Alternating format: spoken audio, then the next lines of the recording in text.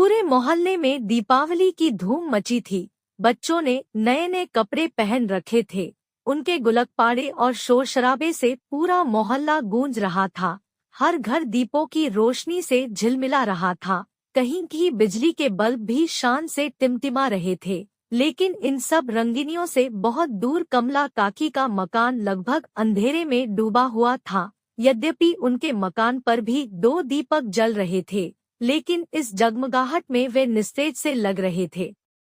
दूसरे किसी को इसकी खबर हो या न हो, लेकिन नन्हे आदित्य को यह बहुत अजीब लग रहा था। वह सोच रहा था आखिर कमला काकी दिवाली क्यों नहीं मनाती है। उसे अच्छी तरह से याद था कि कमला काकी ने पिछले साल भी दिए नहीं जलाए थे और शायद उससे पिछले साल भी नहीं। आदित्य को यह अच्छा नहीं लग रहा था कि आज के दिन कोई दुखी और उदास रहे। वह अच्छी तरह समझता था कि जब कोई दुखी व उदास होता है तभी त्योहार नहीं मनाता है, लेकिन काकी को क्या दुख है, यह बात वह नहीं जानता था। आज मैं काकी का दुख जानकर ही रहूंगा, यह निर्णय करके वह जा पहुंचा अपनी माँ के पास। माँ उस समय रसोई घर में मिठाई तैयार कर रही थी। आदित्य को कुछ चिंतित देखकर व्यग्रता से पूछा, क्या सोच रहा है बेटा? माँ, कमला काकी हमारी तरह बहुत सारे दीपक क्यों नहीं जलाती है? आदित्य ने पूछा। वे बहुत दुखी है बेटा, उन्हें दिवाली का त्योहार अच्छा नहीं लगता, क्योंकि इस दिन उनका इकलौता बेटा पटाखे चलाते समय दुर्घटनाग्रस्त होकर मर गया था। उनके पति भी नहीं है, बेचारी मेहनत मजदूरी करके गुजारा करती है, माँ ने समझाया।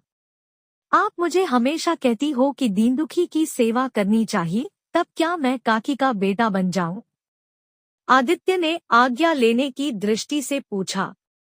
किसी अच्छे काम के लिए मैं भला क्यों मना करूंगी, माँ ने मुस्कुराते हुए कहा। माँ की स्वीकृति मिलते ही आदित्य का चेहरा खिल उठा। वह सरपट कमला काकी के घर की ओर भागा, लेकिन माँ की आवाज सुनकर उसे वापस लौटना पड़ा। बेटा, यह मिठाई तो लेते जा, कहते हुए जब माँ ने मिठाई का डिब्बा आदित्य के हाथों में थमाया तो उसे अपनी माँ पर गर्व हुआ। मिठाई का डिब्बा लेकर वह काकी के घर की ओर दौड़ा। प्रसन्नता के मारे उसके कदम धरती पर नहीं पड़ रहे थे। आज वह किसी बेसहारा का सहारा बनने जा रहा था। शीघ्र ही वह कमला काकी के घर पहुंच गया। काकी घर के एक कोने में बैठी रो रही थी। शायद उन्हें अपना बेटा याद आ रहा था। काकी, आप रो रही हो? आदित्य ने पूछा। पर काकी चुप बैठी रही, जैसे कुछ सुना ही न हो। आदित्य ने काकी को हाथ से झकझोरकर पूछा, बताइए काकी, आपको क्या दुख है? लेकिन काकी ने आदित्य के प्रश्न का कोई जवाब नहीं दिया। अपने आंसू पोंछते हुए उन्होंने आदित्य को बैठने के लिए कहा। पर आदित्य तो जैसे घर से दृढ़ निश्चय करके आया था। बोला, मैं जानना चाहता हूँ कि आप दीपावली के दिन बहुत सारे दीपक क्यों नहीं जलाती और आप अभी रो क्यों रही हो? आदित्य की जिद के आगे कमला काकी को झुकना पड़ा।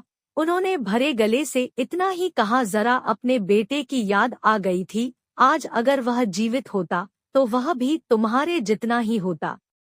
काकी, अगर बेटा नहीं रहा तो क्या मैं आपका बेटा नहीं बन सकता? मुझे अपना बेटा बना लो काकी, आज से मैं तुम्हारा बेटा हूँ, आदित्य ने भोलेपन के साथ कहा। कमला काकी ने बेटा कहकर आदित्य को गले लगा दिया।